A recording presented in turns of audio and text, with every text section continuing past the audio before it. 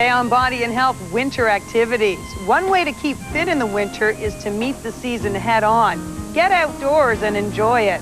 Today we meet some intrepid people who not only go outdoors, they stay there.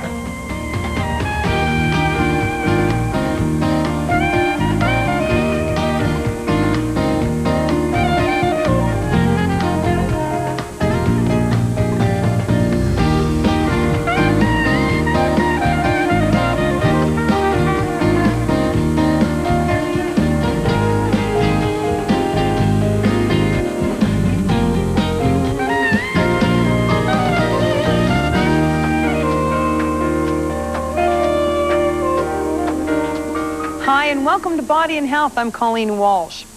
Not everyone stays indoors when it snows. Downhill and cross-country skiing are very popular. The hills and trails are always busy. That's not all. Anywhere, as soon as you get out of the city, you see snowmobiles making their own highways in the snow. Well, today, one of the oldest ways to get around in the winter is making a comeback.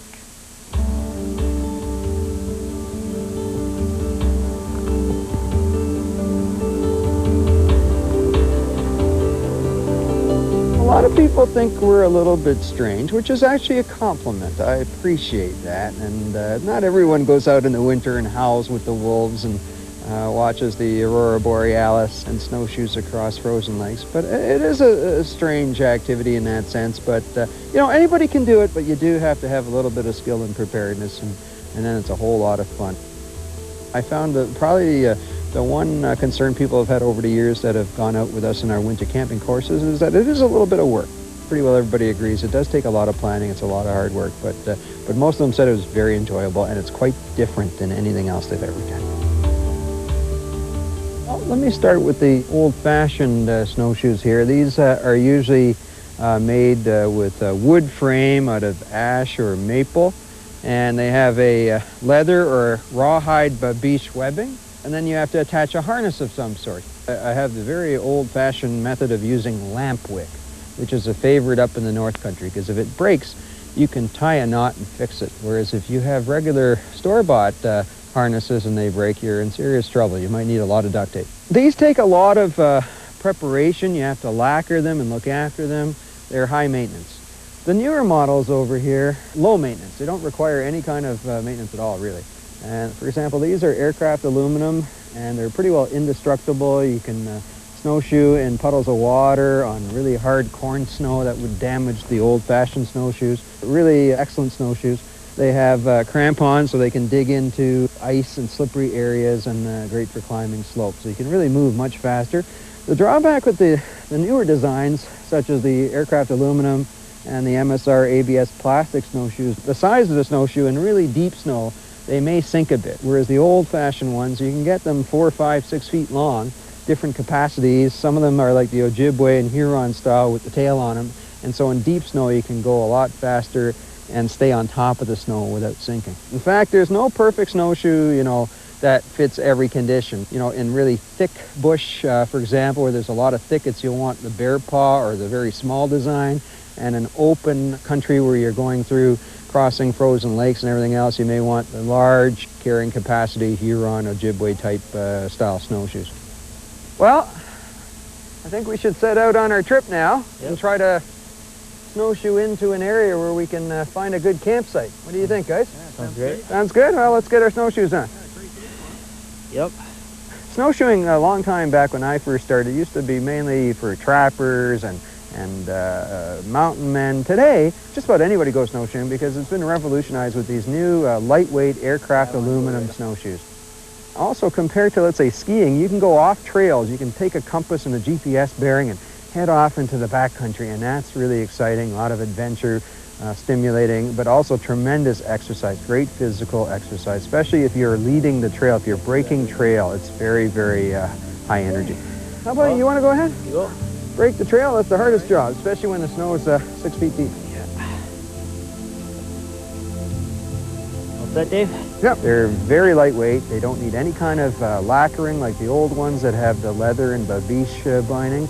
They're easy to use, and they have excellent footings and bindings, so you can go up steep hills and where there's ice, and they're just phenomenal. It's made it into a worldwide sport now.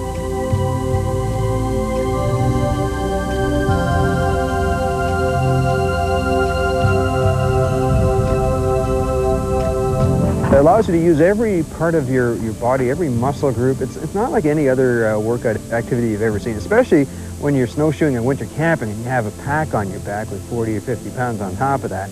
And so it's quite unique. Yeah, I was just going to say, you sound like you're getting a little winded there, so why don't I take over?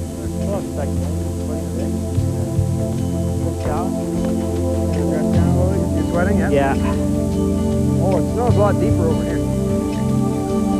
I guess that's probably... But in the wintertime, there's a lot less people out there, so if you want to stake, you know, your claim to that piece of wilderness where no one else is out there and hear the wolves howling,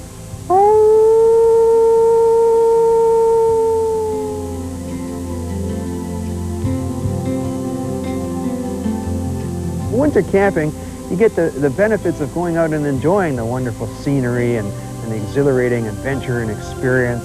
I mean, it's an unbelievable activity and sport. It takes a lot of energy and builds a lot of self-confidence. So it's one of those activities when you complete a trip out in the wilderness on snowshoe, winter camping overnight, you have a real sense of self-reliance and confidence, and of course it will make everything else in life a lot easier.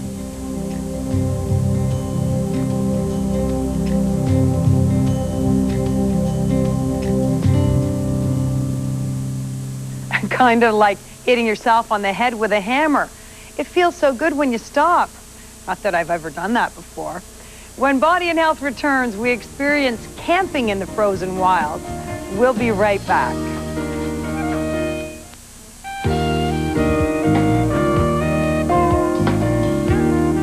Hi and welcome back. I'm Colleen Walsh.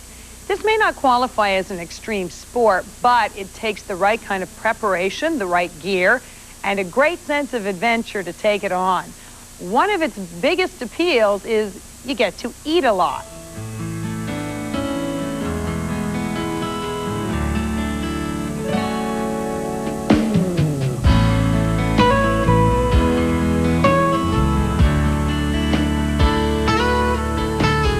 A lot of people go winter camping. Anyone can try it. It's a great activity. It's great to recharge your batteries and rejuvenate the spirit and just get away from it all.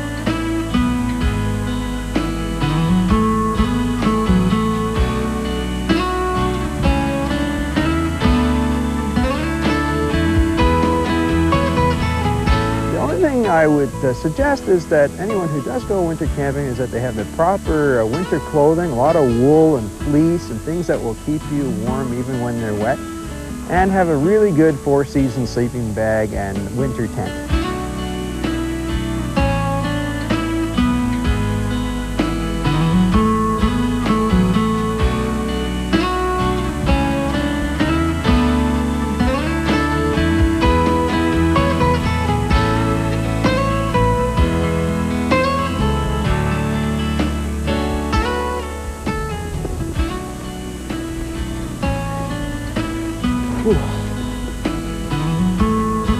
Watch it here, guys, it's really deep.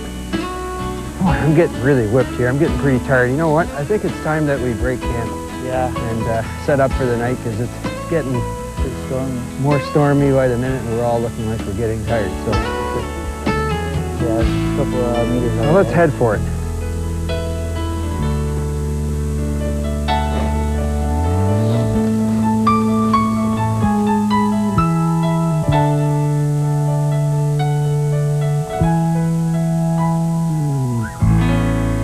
Now these are winter pegs. They go in really nice in ice and snow, and they stay in, unlike the regular summer peg.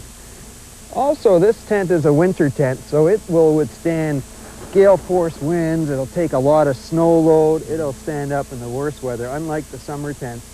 Also doesn't have a lot of meshing inside, so it keeps the heat in. So it's a good winter tent. What we do is we put closed cell foam underpads on the floor first, because that'll stop any heat from getting through from the ground.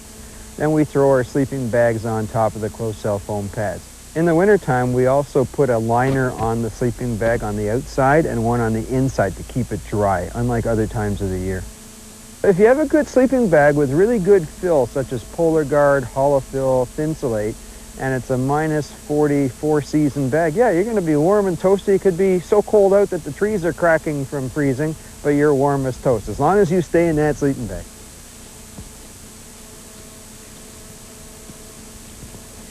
It's sort of a great feeling because you know outside it's super freezing, and if you went out for a few minutes during the night, you know, you'd be frostbitten within, you know, a few seconds, few minutes. As long as you stay in there, it's a very comfortable feeling, but it's a long night in the winter. That's the only thing is in this type of expedition tenting, you do have a long, long sleep.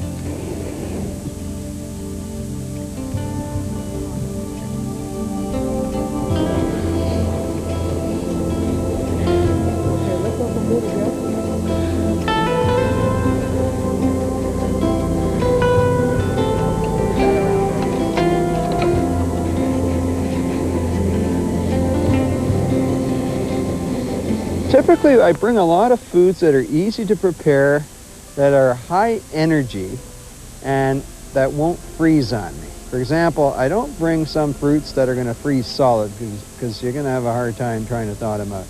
So high energy foods, I'll bring things that have a lot of carbohydrate and oil, things like pasta and cheeses and just about almost anything goes. Crackers, whole wheat breads, and a lot of trail snacks like gorp, which is trail mix of dried fruits and stuff like that. Really tasty stuff. I don't like drinking espresso just before I go to sleep because it'll keep me up all night. First thing in the morning, though, it'll wake you up. Sometimes we'll all take part and contribute to each meal. Other times we'll designate, you know, one person prepares breakfast, one does lunch, one does dinner. So there's a lot of ways to do that. And you probably want to plan that ahead of time and draw up some kind of a matrix chart showing what you're going to have in all your meals and where you're going to buy all the foods and so forth. The thing to keep in mind too is a lot of times if I don't want to prepare any foods, I can buy these prepared freeze-dried meals that are all ready to go. All you do is add hot water and you can have just about everything from steak to pasta, you name it.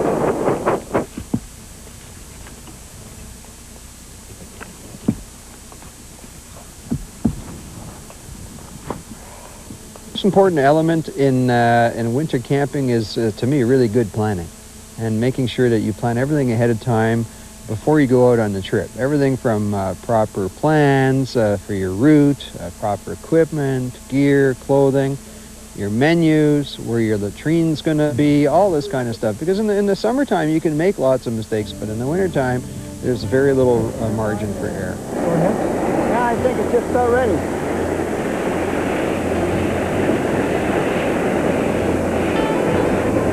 Yeah, that's going to be good. My fondest moments winter camping is when I'm end of the day, my camp is set up, I'm cooking a hearty meal, I'm sitting by a toasty fire and just contemplating. And that peacefulness, that serenity, far from the computer and TV and all the rest of the stuff that we seem to be so hooked on in today's world. Thinking, back in time to what it must have been like thousands of years ago, it really makes you think about life itself.